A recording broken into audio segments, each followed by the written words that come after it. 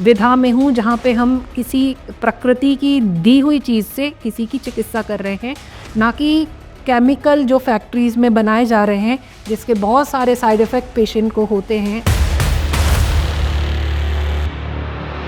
पहले लोग जहाँ महीनों में इलाज कराते थे वो फिर घंटों में आ गए। अब लोगों को चाहिए कि मिनटों में बस आपने दवाई दी और तत्काल हम सही हो जाएं। तो ऐसे में आयुर्वेद चिकित्सा को कहाँ पाती हैं आप? ये बहुत बड़ी भ्रांति है एक्चुअली कि आयुर्वेद बहुत स्लो है। ऐसी बहुत सी डिसीज़ेज़ मैं आपको गिनवा सकती हूँ।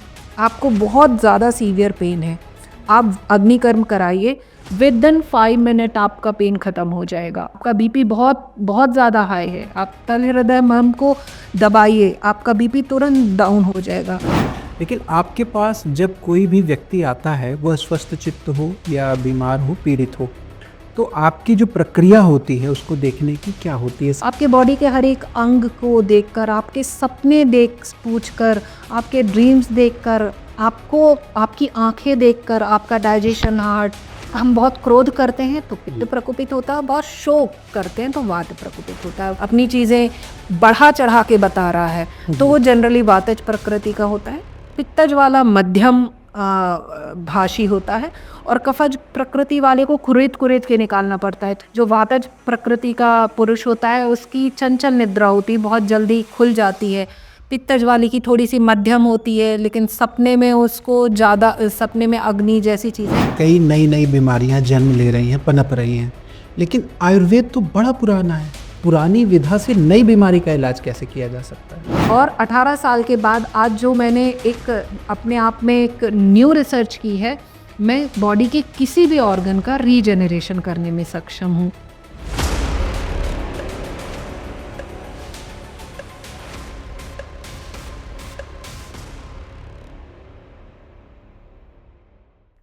तो प्रोमो देख करके आप समझ ही गए होंगे कि आज हम फिर से किस विषय पर चर्चा करने वाले हैं। इस बदलते परिवेश में उस पुराने विधा की जो भारत के इतिहास और संस्कृति को अपनी आगोश में समेटे हुए है। एक बार फिर से हम चर्चा करेंगे आयुर्वेद पर, जिससे आप अपने जीवन, अपने आहार और अपनी जीवन शैली की रोज जिए जाने वाली जिंदगी को आप एक तरीके से अच्छा और बेहतर कैसे कर सकते हैं। आज एक बार फिर से पुनः हमारे साथ हैं डॉक्टर श्रुति निगम जी। बहुत बहुत स्वागत आपका। और आपसे हम बहुत कुछ जानेंगे। पिछले एपिसोड में भी हमने जाना और उस पर कई हमारे दर्शकों के रिव्यूज़ भी आए और कई नए सवाल भी आए। हालांकि हमने काफ़ी कुछ पहले एपिसोड में कवर करने की कोशिश की थी, पर बहुत सारी चीज़ें ऐसी थी जो अधूरी रह गई। तो आपका परिचय तो दर्शकों से पहले भी हो ही चुका है, और मैं जब भी आपसे बात करता हूं तो मैं ये नहीं समझ पाता हूं कि मैं आपको वैद्य कहूं या डॉक्टर कहूं। वैसे आप मुझे वैद्य बोलेंगे तो मेरे लिए ज़्यादा सम्मानजनक होगा, और इसके साथ ही मैं अपना परिचय दे देती हूँ। मैं हूँ डॉक्टर श्रुति निगम, MD आयुर्वेदा, और मैं HOD हूँ राजीव गांधी कॉलेज में, कॉमर्स डिपार्टमेंट में। अच्छा, तो एक बात मुझे बताइए, वैद्य शब्द अगर पहले कहें तो बड़े सम्मानजनक शब्द माना जाता था, लेकिन आज अगर हम वैद्य कहते हैं तो हमारे दिमाग में एक ऐसी परिकल्पना आती है कि जड़ी बूटी वाला बाबा। तो इसको कैसे देखती है आप? एक्चुअली बोला जाए तो सही ही है, जड़ी बूटी वाले बाबा बोल लीजिए, या तो फिर हमारे लिए वैद्य शब्द एक बहुत ही सम्मानजनक इसलिए है क्योंकि हम लोग जो भी चिकित्सा करते हैं वो काष्ठ औषधि से ही करते हैं। जी। हम हर एक प्लांट की पूजा करते हैं, तब उसको तोड़ते हैं, तब उसका औषधि निर्माण करते हैं। तो हमारे लिए इतना प्रीशियस है उस प्लांट को कब ग्रहण करना है, कब सुखाना है, कब उसका औषध बनाना है, औषध का किस टाइप का प्रिपरेशन करना है। तो यदि हम वो जड़ी बूटी जो यूज़ करते हैं उसी से हमारी बड़ी बड़ी मेडिसिन, ऐसी ऐसी मेडिसिन बनती है जो असाध्य रोगों की भी चिकित्सा करती है। जी। तो आज के परिप्रेक्ष्य में हम ज़्यादा अच्छा, मेरे हिसाब से मुझे जड़ी बूटी वाले यदि आप बाबा के नाम से भी संबोधित करते हैं तो मेरे लिए वो भी सम्मानजनक होगा, क्योंकि मैं ऐसा सोचती हूँ कि थैंक गॉड मैं उस विधा में हूँ जहाँ पे हम किसी प्रकृति की दी हुई चीज़ से किसी की चिकित्सा कर रहे हैं, ना कि केमिकल जो फैक्ट्रीज़ में बनाए जा रहे हैं जिसके बहुत सारे साइड इफ़ेक्ट पेशेंट को होते हैं। जिसके साइड इफ़ेक्ट पता भी नहीं चलते हैं, और ऐसी ऐसी डिसीज़ आ रही हैं जिनका नामकरण भी नहीं था। नई नई हज़ारों डिसीज़ेज़ रोज़ पैदा हो रही हैं। सम्मान। आपने जैसे अभी कहा कि कई नई नई बीमारियां जन्म ले रही हैं, पनप रही हैं, लेकिन आयुर्वेद तो बड़ा पुराना है कि हम जो पुरानी विधा है उसी को लेकर के चलते हैं। तो पुरानी विधा से नई बीमारी का इलाज कैसे किया जा सकता है? जब आचार्यों ने अपनी संहिताएं लिखी तो उसमें उन्होंने श्लोक में इस चीज़ को बताया हुआ है कि आगे चलकर जब देश काल वय अलग अलग चीज़ें बदलेंगी, स्वाभाविक जो ऋतुएं होती हैं वो भी, जैसे कि आप फील करेंगे कि वर्षा ऋतु नहीं है, या आजकल ज़्यादा बारिश होने लगी, ज़्यादा जी। ठंड पड़ने लगी, गर्मी भी बहुत ज़्यादा होने लगी। तो आचार्यों ने पहले ही इंडिकेट कर दिया था कि ये देश काल बदलेंगे, जनपदोध्वंस होगा। ये जो एपिडेमिक आते हैं जैसे कोविड आया या चिकनगुनिया जैसी चीज़ें आई, रोटा वायरस आया था बीच में, हेपेटाइटिस बी आया, तो ये जो जनपदोध्वंस जैसी चीज़ें आती हैं, तब आचार्यों ने ऐसा बोला था कि जो भी हम किसी भी व्याधि की परिकल्पना करते हैं तो हमारे अकॉर्डिंग जो 3 दोष है, वात पित्त कफ, इसकी 7 प्रकृति निकल के आती हैं। द्वंद्वज प्रकृति मतलब वातज पित्तज, पित्तज कफज, कफज पित्तज, त्रिदोषज प्रकृति, ऐसे प्रकृति निर्धारित होती है। तो व्याधि जब उन्होंने एक लाइन लिखी कि आगे आने वाली व्याधियों के नामकरण संभव नहीं है, और हर व्याधि का नाम देना भी ज़रूरी नहीं है, लेकिन आप दोषों की परिकल्पना उसमें कर सकते हैं कि कौन से दोष कम ज़्यादा है, और आपको दोष साम्यता लानी है, धातु साम्यता लानी है, शरीर में पंच भौतिक साम्यता लानी है, तो आप किसी भी रोग से मुक्त होते हैं। तो हम जो चिकित्सा पद्धति जो हम जिस तरीके से एक वैद्य चिकित्सा करता है, ना कि वो नामकरण पे चिकित्सा करता है। यदि आप कोविड लेकर आएंगे मेरे पास तो मैं ज्वर की ही चिकित्सा करूंगी, तो हम व्याधि के नाम पे नहीं जाते हैं। आज के परिप्रेक्ष्य में बहुत सी व्याधि आ रही हैं, हम सिर्फ दोष साम्यता पे काम करते हैं और पेशेंट को स्वस्थ करते हैं। एक बात बताइए मुझे, आज के समय में आदमी को जब बहुत जल्दबाजी में कोई चीज़ें चाहिए होती हैं, तो ऐसे में आयुर्वेद की जो बीमारियों से निपटने की संहिता है या बीमारियों से निपटने का जो तरीका है, उसको कहीं न कहीं हम मानते हैं कि स्लो है। पहले लोग जहाँ महीनों में इलाज कराते थे, वो फिर घंटों में आ गए। अब लोगों को चाहिए कि मिनटों में बस आपने दवाई दी और तत्काल हम सही हो जाएँ। तो ऐसे में आयुर्वेद चिकित्सा को कहाँ पाती हैं आप? ये बहुत बड़ी भ्रांति है एक्चुअली कि आयुर्वेद बहुत स्लो है। ऐसी बहुत सी डिसीजेज़ मैं आपको गिनवा सकती हूँ फिंगर पे कि व्याधि पे इंस्टेंट रिलीफ करता है। देखिए, जब आयुर्वेद का जो चिकित्सा क्रम है वो अलग अलग तरीके की विधाएं हैं। कोई जी। काष्ठ औषध से चिकित्सा करता है, कोई रस औषध से चिकित्सा करता है। जब हम प्लांट बेस्ड मेडिसिन लेते हैं तो वो क्योंकि बॉडी के सिमेट्रिक होती हैं, उसमें हम उसका एंटीडोट भी क्रूड फॉर्म में मेडिसिन लेते हैं, तो वो व्याधि पे धीरे धीरे धीरे असर करती है। यही जब हम रस औषधि का यूज़ करते हैं, रस औषधि में जैसे स्वर्ण भस्म है, रजत भस्म है, चांदी की भस्म है, लोहे की भस्म है, ताम्र है, बंग है, नाग है, यशद है, हीरे की भस्म है। अभी मैंने कोविड का नाम लिया था। कोविड पे जब हमने हमारे हॉस्पिटल में काम किया और 100 बेड पड़े हुए थे और पेशेंट बीमार पड़े हुए थे, पेशेंट ऑक्सीजन पे थे, पेशेंट बायपैप पे थे और सांस नहीं ले पा रहे थे, तब हमने क्विक रिजल्ट के लिए, पेशेंट महीनों से आईसीयू में पेशेंट एडमिट है, डेथ होती जा रही हैं, तब हमने क्विक एक्शन के लिए रस औषधियाँ यूज़ की थी। जब रस औषधि बस उसका मतलब शर्त ये है कि रस औषधियाँ जो प्रिपरेशन होती है भस्म, वो बहुत ही मतलब पर्टिकुलर, वो बहुत अच्छी भस्म होनी चाहिए, जो कि बहुत कंपनियां बहुत अच्छी भस्म बनाती हैं। तो वो एक रॉकेट के जैसे काम करती है।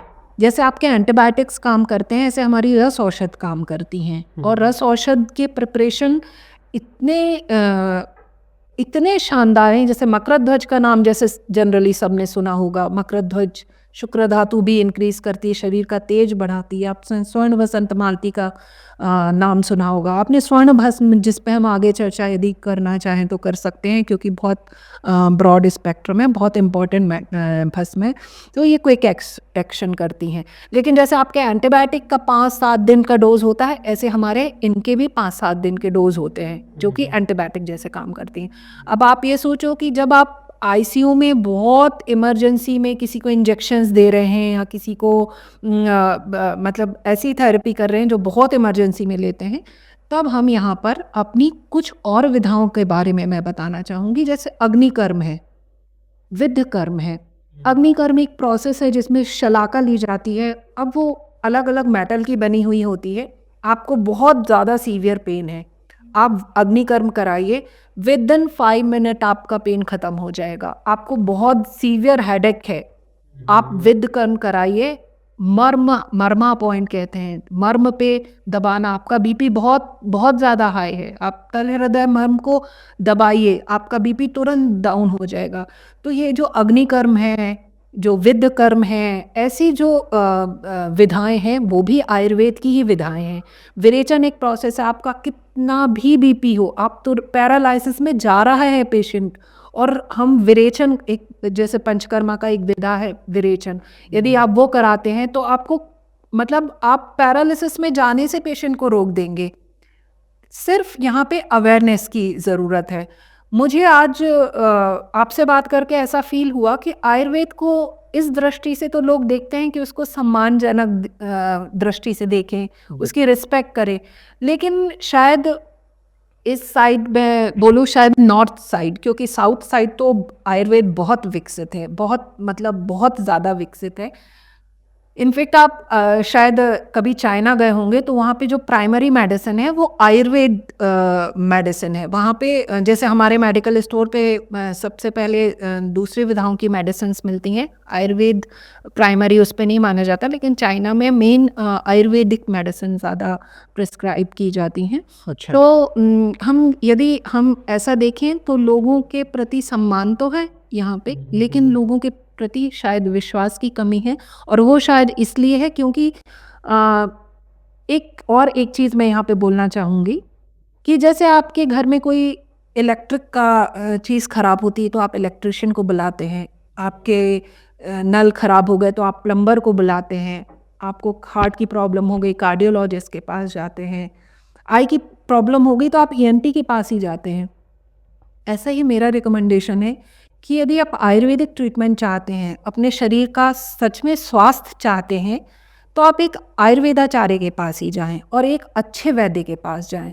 जब हम पीजी भी कर लेते हैं तो उसमें मास्टर हो जाते हैं, तो आपकी ये जिम्मेदारी है कि आप किसी पुस्तक से देखकर या फिर किसी सोशल मीडिया पर किसी एक रेसिपी को देखकर या फिर किसी के द्वारा बताई हुई रेसिपी को ट्राई करके आप ये ना सोचें कि आयुर्वेद कोई असर नहीं करता है।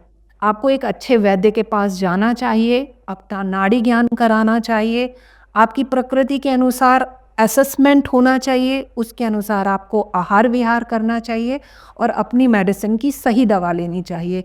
यदि आप ये सोचें कि आयुर्वेद तो जन जन में है और जो भी चीज़ें आयुर्वेदिक कह के बेची जा रही हैं वो सच में आयुर्वेद हैं, तो आप भ्रांति में हैं और आप गलत तरीके से जा रहे हैं। ये ऐसे ही हुआ कि आपने एक प्लम्बर को बुलाकर उसको इलेक्ट्रिशियन का काम दे दिया, या फिर आप ईएनटी के पास जाके अपने हार्ट की चिकित्सा करा रहे हैं।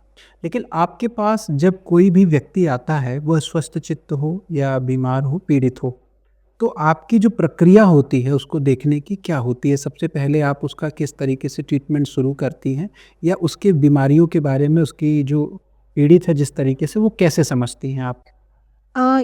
यहाँ पे एक चीज़ ये भी हो सकती है कि आजकल के परिप्रेक्ष्य में कोई भी स्वस्थ रहा नहीं है।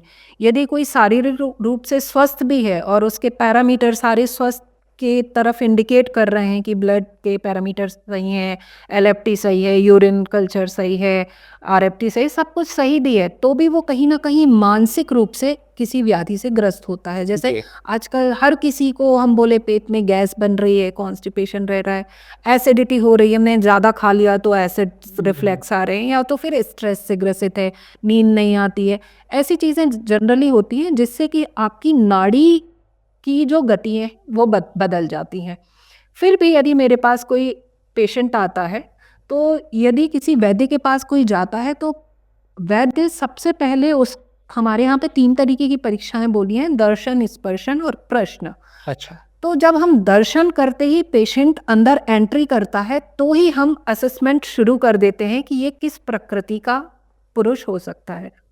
साधारणतः प्रकृति का निर्धारण यदि हमें किसी का करना है तो उसे ब्रह्म मुहूर्त में बुलाकर, जब उसने अपना मल त्याग कर दिया हो और स्वस्थ चित्त में बैठा हो, वैद्य भी और रोगी भी, तब हम एक निश्चित इस जगह का मेंटेन करते हैं कि एक बिल्कुल पैरेलल जगह होगी, स्वस्थ चित्त में बैठा होगा, तब हम नाड़ी का जब परीक्षण करते हैं तो हमें सही प्रकृति का ज्ञान होता है।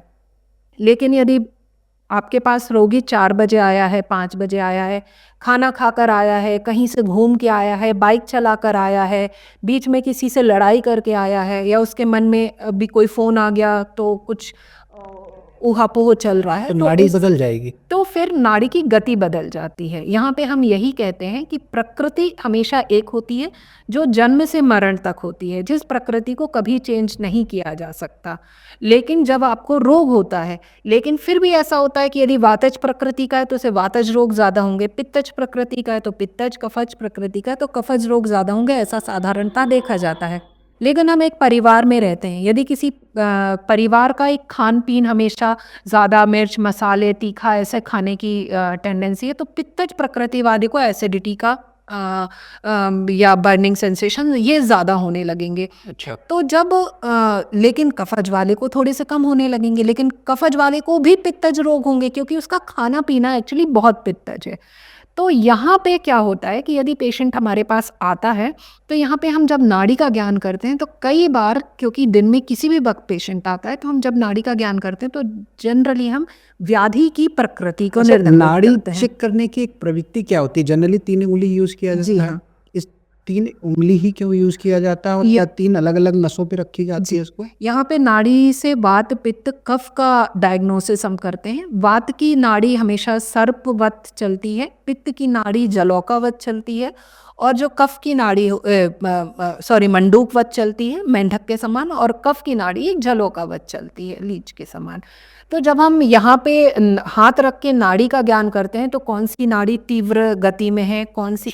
इसके अलावा भी इसमें 5 महाभौतिक विचार किया जाता है, आकाश, वायु, अग्नि, जल, पृथ्वी। एक फिंगर पे 5 महाभूतों का भी ज्ञान किया जा सकता है। तो ये नाड़ी ज्ञान की विधा बहुत बड़ी है।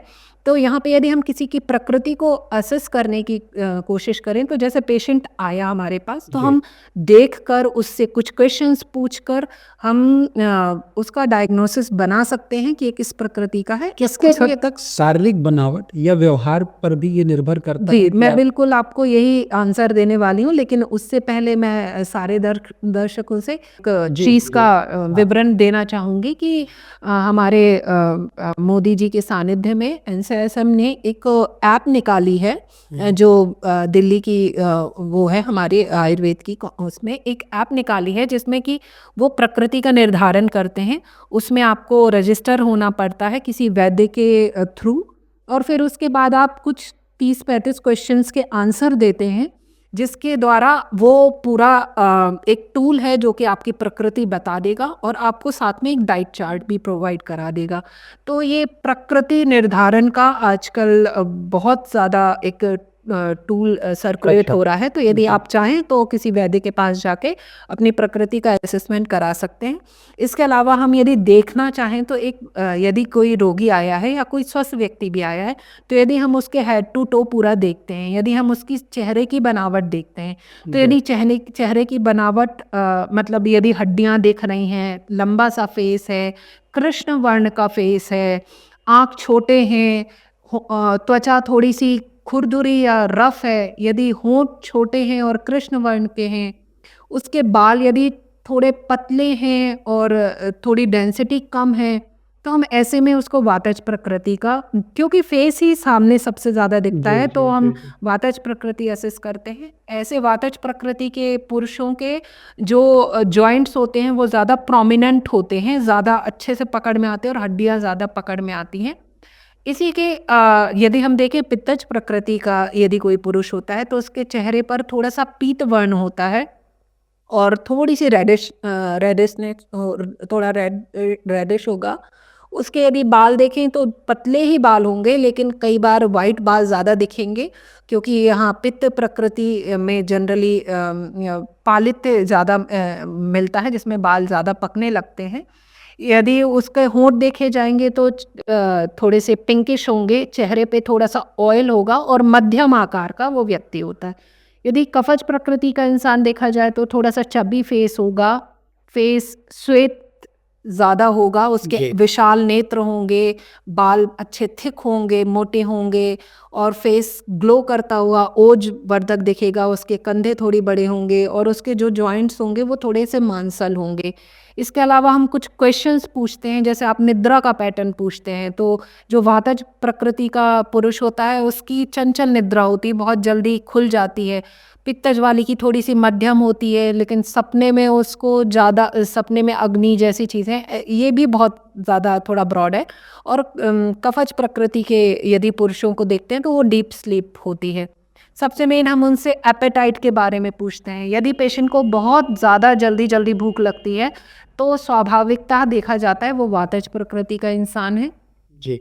और लेकिन उसको थोड़ी-थोड़ी सी ही भूख लगती है। पित्तज प्रकृति लेकिन वो डाइजेस्ट ज़्यादा नहीं कर पाता है। पित्तज प्रकृति में अग्नि प्रदान होता है, तो ऐसे पुरुषों की भूख भी बहुत ज़्यादा होती है और खाने को वो डाइजेस्ट भी बहुत अच्छे से कर लेते हैं और उनका मल थोड़ा-सा कम मात्रा में होता है, क्योंकि डाइजेशन ज़्यादा होता है।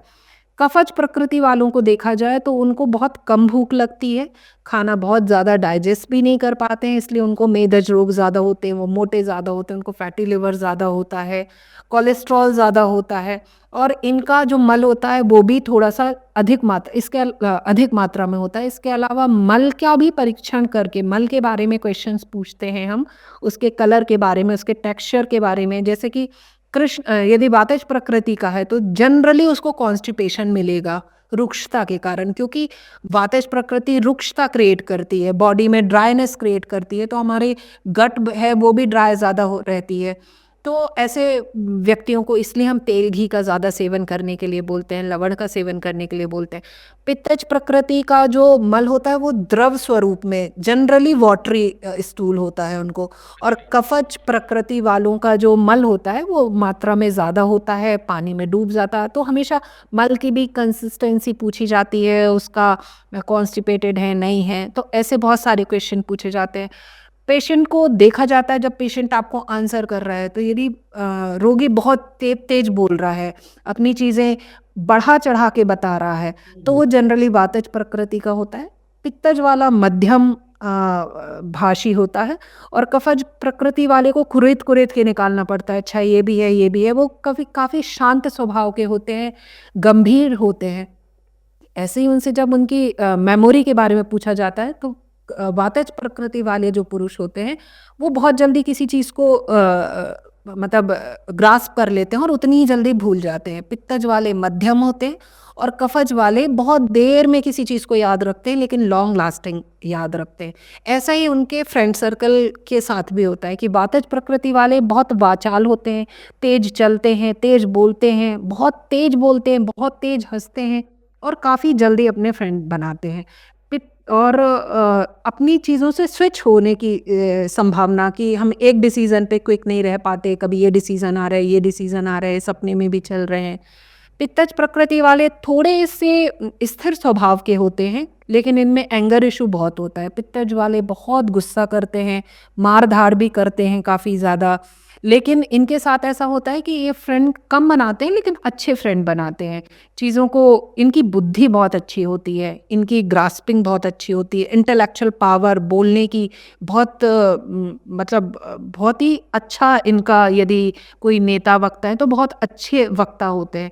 कफज प्रकृति वाले थोड़े गंभीर स्वभाव के होते हैं तो कम भी बोलते हैं, फ्रेंड्स भी कम बनाते हैं, ज़्यादा लॉन्ग टाइम के लिए बनाते हैं, कुछ याद करते हैं तो लंबे समय के लिए याद करते हैं, बहुत कम बोलने वाले होते हैं लेकिन स्थिर स्वभाव के होते हैं, अचल होते हैं, जिन्हें कहते हैं कि अपनी बात पे अडिग रहने वाले होते हैं, तो ऐसे कफज प्रकृति वाले होते हैं।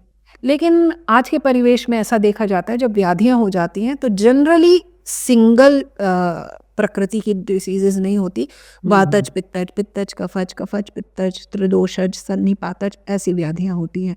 तो चिकित्सा करते वक्त हम प्रकृति निर्धारण तो इजीली असेस कर लेते हैं कि इसके अलावा भी बहुत क्वेश्चन है।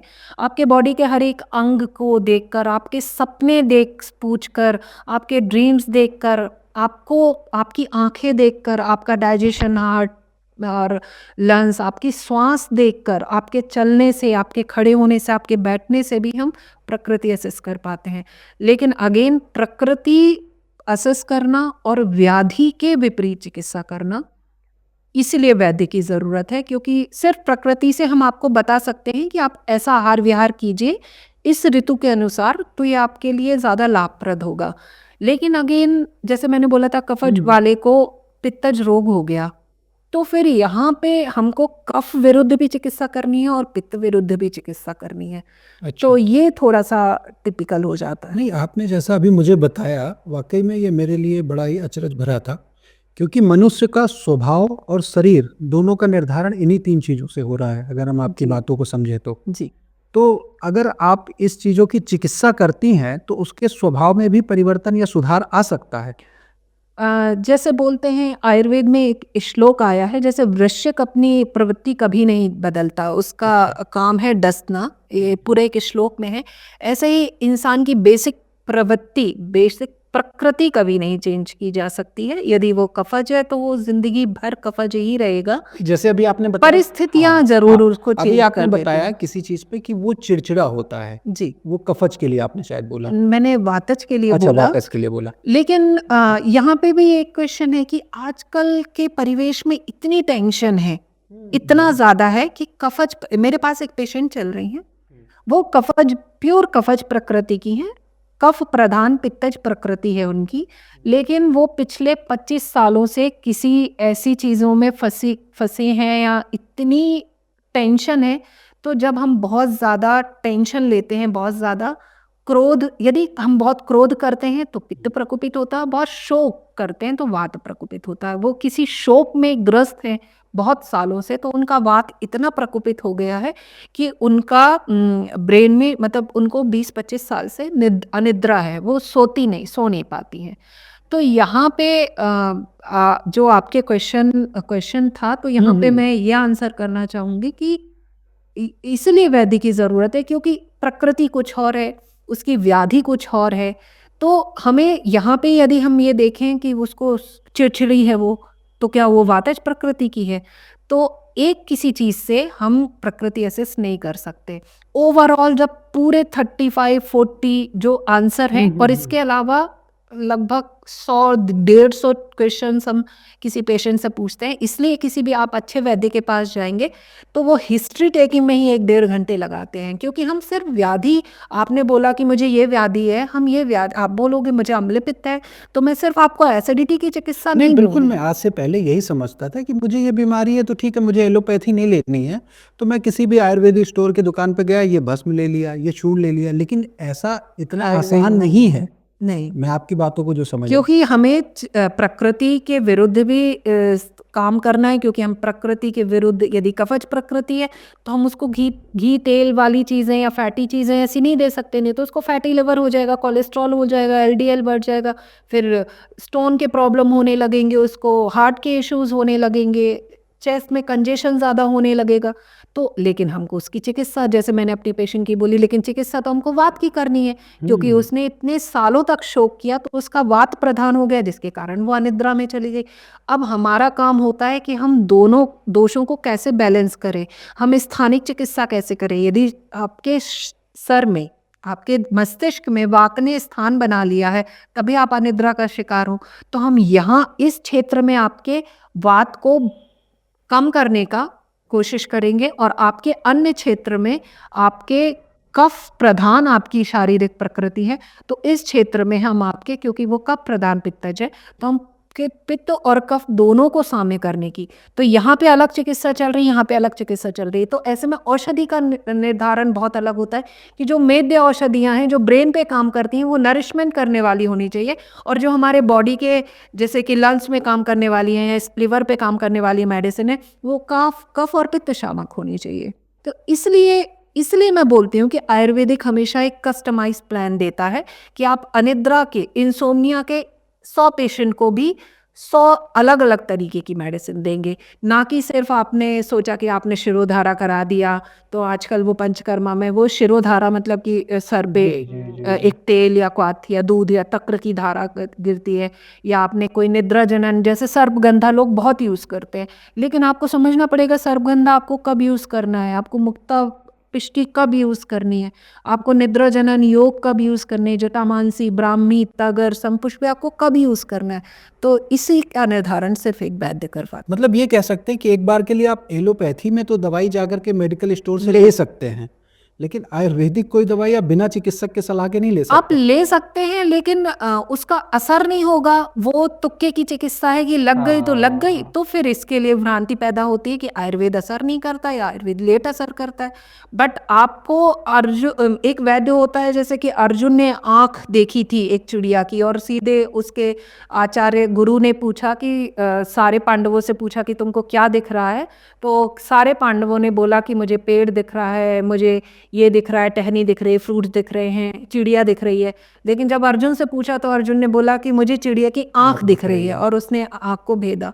तो जब हम एक्चुअल कॉज पकड़ पाते हैं कि हाँ ये कॉज है, 1.5 घंटे किसी पेशेंट की पूरी हिस्ट्री लेने के बाद हम एक निदान पे उतर पाते हैं कि ये निदान था, इसके कारण आज इतनी बड़ी डिसीज हो गई। तो जब हम उस पे वार करते हैं तो रोग अपने आप, मैंने पहले भी चर्चा में यही कहा है कि हम वही रोग ठीक करते हैं जो असाध्य हैं, जिनको बोल दिया गया है कि ये ठीक नहीं हो सकते हैं। लेकिन हम जब निदान पे काम करते हैं कि जिस कारण से व्याधि पैदा हुई है और जो इस स्टेज तक आ गई है, तो डेफिनेटली व्याधि, क्योंकि हमारा जो शरीर है वो 5 महाभूतों से बना है, उसको बैलेंस करना है। कौन सा महाभूत ज़्यादा बढ़ गया है, पृथ्वी ज़्यादा बढ़ गई है, जल ज़्यादा बढ़ गया है, तो वो उस तरीके के रोग होने लगेंगे। कफज, आकाश या वायु बढ़ गई है, वायु का एक एग्जांपल दे देते, ऑस्टियोआर्थराइटिस बोलते हैं, कट कट की आवाज़ आने लगी है, मेनिस्कस खत्म हो गए हैं, जॉइंट का लुब्रिकेशन खत्म हो गया, आपके शरीर में वायु बढ़ रही है। तो फिर हमें उस महाभूतों को बैलेंस करना है, दोषों को बैलेंस करना है, धातुओं को बैलेंस करना है। किसी की शरीर बहुत मोटा है, मेद धातु बहुत बड़ी है, किसी के शरीर में रक्त धातु का प्रमाण ज़्यादा बढ़ा है तो ब्लड प्रेशर जैसी डिसीजेज हो रही हैं, किसी के शरीर में अस्थि धातु बहुत ज़्यादा बढ़ गई है तो ऑस्टियोफाइट्स जैसी चीज़ें बनने लगी हैं। तो हमें धातुओं को बैलेंस करना है, मल को बैलेंस करना है। किसी को मल बिल्कुल नहीं आ रहा है, मूत्र की प्रवृत्ति किसी को ज़्यादा हो रही है, किसी को कम हो रही है, किसी को पसीना नहीं आता है।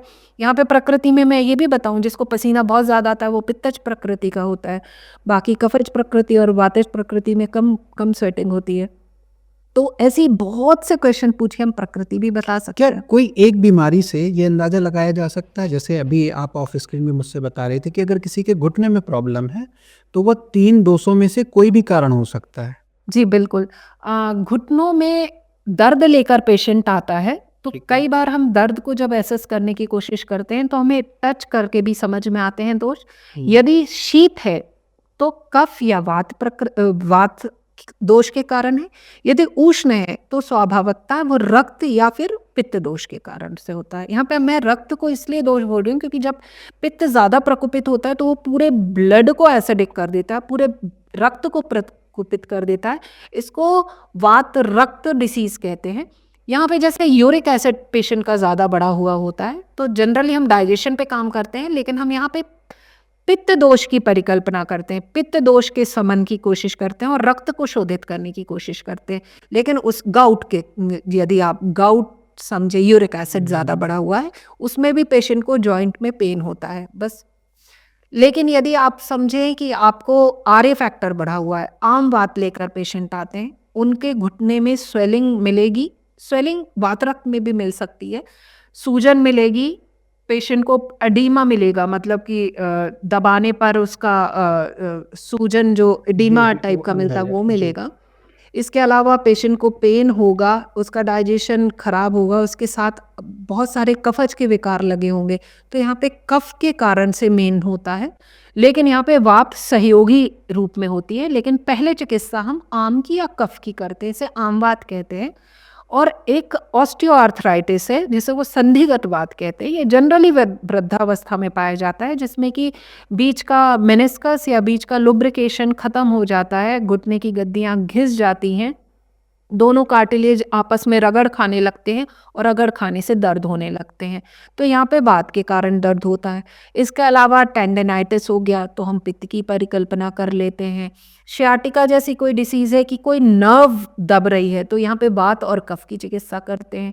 तो जॉइंट पेन लेकर पेशेंट आ रहा होता है, लेकिन उससे भी बहुत से क्वेश्चन पूछने पड़ते हैं। मतलब दर्द एक ही है? दर्द एक ही है, लेकिन दर्द की बहुत प्रकार हैं। जैसे कि हम क्वेश्चन पूछते हैं, तुम्हें सुई चुभने जैसा दर्द है, कि चींटी चलने जैसा फील होता है, कि फाड़ने जैसा दर्द होता है, कि बर्निंग के साथ दर्द होता है, टेंडरनेस है क्या, कि छू भी नहीं पाते हो। कई पेशेंट, मेरे पास एक फाइब्रोमाइल्जिया की पेशेंट थी जिसको कि हम एलोपैथी में बोलते हैं कि वो इनक्योरेबल है। 2 महीने के अंतर में वो पेशेंट का फाइब्रोमाइल्जिया क्योर हो गया। फाइब्रोमाइल्जिया ऐसा रोग होता है जिसमें पेशेंट को कहीं भी टच कर दो, पेशेंट आ करके चिल्लाता है, क्योंकि उसका पूरा बॉडी पेन होता है और वो किसी भी पेन किलर से ठीक नहीं होती है। और आयुर्वेद में मेरे पास रिकॉर्ड है कि मैंने उसको ठीक किया है 2 महीने के अंदर। अभी रिसेंट का ही केस है। तो हम फाइब्रोमाइल्जिया के केस में हम पित्त और रक्त की परिकल्पना करते हैं, क्योंकि पेशेंट टेंडरनेस से छूने में भी उसको दर्द हो रहा है। कफ वाले में बहुत ज़्यादा दबाएंगे तो उसको बहुत तेज दबाएंगे तो बहुत आराम मिलेगा। पित्तज और वातज में पेशेंट कहते हैं नहीं नहीं ज़्यादा प्रेशर लग रहा है। तो ऐसे हम दोषों का निर्धारण करते हैं और दोषों की साम्यावस्था से चिकित्सा करते हैं। तो निश्चित तौर पर आपसे इतनी चर्चा करने के बाद मुझे ये समझ में आया कि आयुर्वेद में मैं जितनी आपसे चर्चा करता जा रहा हूँ, उतनी उसकी विशालता बढ़ती जा रही है। और मुझे लगता है हमें कई सारे एपिसोड करने पड़ेंगे, तब भी हम जाकर के शायद आयुर्वेद के 1% हिस्से को भी न समझ पाएँ, क्योंकि ये सैकड़ों क्या लाखों वर्ष कह सकते हैं पुराना है और लाखों वर्ष का इतिहास अपने आप में समेटे हुए है, जिसके माध्यम से आज आप लोगों का उपचार कर रही हैं। लेकिन आपसे कोई व्यक्ति अगर मिलने आना चाहे तो किस तरीके की बीमारियों का आपके पास इलाज संभव है? ये क्या स्पेशलाइजेशंस है आपकी? किन किन बीमारियों को आपके द्वारा उपचारित किया जा सकता है? इसमें मैं यह आंसर आपको एक फ़नी सा आंसर करना चाहूँगी कि पहले ये मेरे प्रैक्टिस के लिए 18 साल हो गए। तो जब हम पहले प्रैक्टिस करते थे तो हम बहुत सिंपल बीमारियों के नाम लिख दिया करते थे कि ये बीमारियों का सफल इलाज किया जाता है।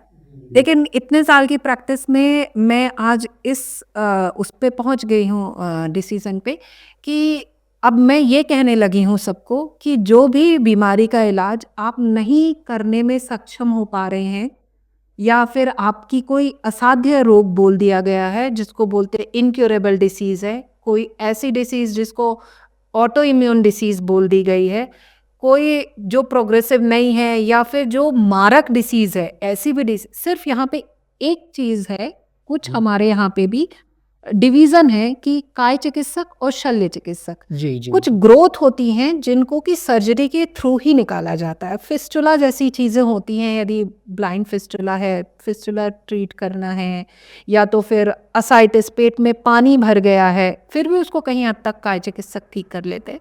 तो जो शल्य चिकित्सक के पास जानी है वो हमारा शल्य विभाग देखता है।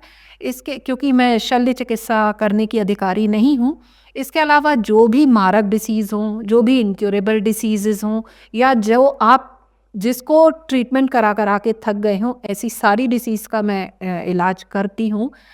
और 18 साल के बाद आज जो मैंने एक अपने आप में एक न्यू रिसर्च की है, मैं बॉडी के किसी भी ऑर्गन का रीजेनरेशन करने में सक्षम हूँ।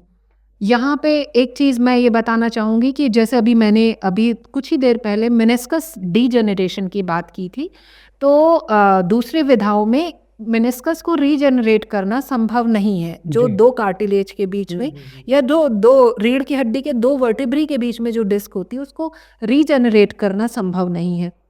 लेकिन मैं ये दावा करती हूँ कि मेरा कुछ मेडिकेटेड रिसर्च बेस्ड कुछ ऑयल हैं, जिनके थ्रू पूरे ट्रीटमेंट प्रोटोकॉल में आप बिफोर और आफ्टर एक्स-रे, एमआरआई में अपनी मेनिस्कस को रीजेनरेट होता देखेंगे। इस मेनिस्कस रीजेनरेशन का ये फ़ायदा है कि आपको घुटने का ऑपरेशन या फिर आपको वर्टेब्रे का कोई ऑपरेशन नहीं कराना पड़ेगा। एक नैसर्गिक पद्धति के थ्रू, एक नेचुरल प्रोसेस से आपकी मेनिस्कस रीजनरेट होगी। इस पे मैंने बहुत रिसर्च की है, 500 से भी ज़्यादा सक्सेसफुल केस किए हुए हैं जिसमें कि मेनिस्कस को रीजनरेट किया हुआ है। श्रिंकन किडनी, यदि किडनी का एक किडनी श्रिंक हो रही है, उसको भी रीजनरेट किया हुआ है। फैटी लिवर के तो बहुत सारे असंख्य केस हम डील करते हैं, क्योंकि हर किसी पेशेंट में फैटी लिवर है। मधुमेह की डिसीज़, यदि मधुमेह आपको है और आप इंजेक्शन पे भी हैं, तो आपके इंजेक्शंस की क्वांटिटी कम हो सकती है और मेडिसिन तो छूट ही सकती हैं। हम ब्रेन एट्रोफी पे बहुत अच्छा काम करते हैं, जो कि बच्चों में ऑटिस्टिक चाइल्ड हैं, एडीएचडी वाले बालक हैं, बच्चे बोल नहीं पाते हैं, बच्चे बेड पे बाथरूम कर देते हैं, बच्चे का ये सारी जो भी डिसीज़ेज़ हैं, इन पे हम बहुत अच्छा काम करते हैं। अस्थमा जैसी लंग्स की कोई भी डिसीज़ हो, अच्छा। अस्थमा जैसी डिसीज़ को जड़ से ख़त्म किया जा सकता है। जो बच्चे रेगुलर नेबुलाइज़र यूज़ करते हैं, नेबुलाइज़ेशन पे जाते हैं, उन बच्चों का आप पहले 1 महीने में, फिर 3 महीने में, 6 महीने में 1-1 बार नेबुलाइज़र यूज़ करना पड़ेगा। ऐसे भी हमने लंग्स के निमोनिया, अस्थमा जैसी डिसीज़ेज़ ठीक की हैं। इसके अलावा लिवर की संबंधित कोई भी रोग हो, क्योंकि पेट का जो भी है, लिवर हमारा मेन पार्ट है, हम सबसे पहले लिवर पे काम करते हैं। तो लिवर की कोई भी डिसीज़ हो, आपके गॉल ब्लैडर के स्टोन की सिर्फ कुछ मर्यादा हैं कि इतने-इतने एज में या इतने-इतने साइज़ में हम गॉल ब्लैडर स्टोन पे काम कर पाते हैं। बाकी आपके किडनी में स्टोन बार-बार बन रहे हैं, स्टोन फँस गए हैं, आपके किडनी संबंधित कोई भी रोग हों, आपके हृदय संबंधित कोई भी रोग हों, सिंपल ये तो बड़े-बड़े रोगों की बात हो गई। अम्ल पित्त से, लोग एसिडिटी से सालों से ग्रसित हैं और सालों से एक टैबलेट खाली पेट का कैप्सूल खाते जा रहे हैं, जो कि आपकी किडनी खराब करता है। आप उससे ग्रसित हैं, तो आयुर्वेद सिर्फ आपसे 10 और 15 दिन में ये ख़त्म कर देगा। आप माइग्रेन से ग्रसित हैं, आप लाइट नहीं देख सकते, ध्वनि नहीं सुन सकते, सीवियर हेडेक की प्रॉब्लम है, आपको भ्रम की प्रॉब्लम है, आयुर्वेद उसको जड़ से ख़त्म कर सकता है। आपके वेरिकोज़ वेन हैं, जोड़ों के दर्द हैं, आम वात है, वातरक्त है, किसी भी तरीके के रोग है, पेट संबंधी कोई भी तरीके का रोग है, यहाँ पे बच्चों संबंधित कोई भी रोग हो और स्पेशली महिला संबंधित, जिसमें कि आज इनफर्टिलिटी एक बहुत बड़ा संतान को पाने के लिए लोग लाखों-लाखों रुपए खर्च कर रहे हैं। तो इसका प्रॉपर एक कोर्स करना होता है, सही समझना होता है। पीसीओडी की डिसीज़ है, जो आजकल हर दूसरी तीसरी बच्चियों में हो रही है। चेहरे पे बाल होना एक स्वाभाविक सी चीज़ हो चुकी है। तो इन चीज़ों पे जब हम काम करते हैं, तो हम पूरी बॉडी को ठीक करते हैं। मेंसेस ज़्यादा हो रहे हैं, कम हो रहे हैं, वाइट डिस्चार्ज का प्रॉब्लम हो रहा है। जनरली जब पेशेंट फीमेल मेनोपॉज़ में जाने लगती हैं, तो उनका कमर दर्द होता है और उनको यूट्रस निकालने की, कई बार फाइब्रॉइड के हम बहुत बड़े-बड़े फाइब्रॉइड को भी, ये सब मैं बातें इसलिए कर रही हूँ क्योंकि ये सब आपको रिपोर्ट्स में दिखता है।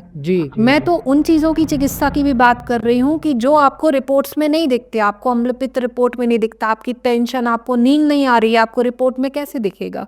ये सिर्फ सिम्पटम है जो आपकी बॉडी, आपको दर्द कितने ग्रेड का है, आपकी रिपोर्ट में कैसे दिखेगा? एवीएन का केस, जिसमें कि हिप का जॉइंट पूरा सूख जाता है।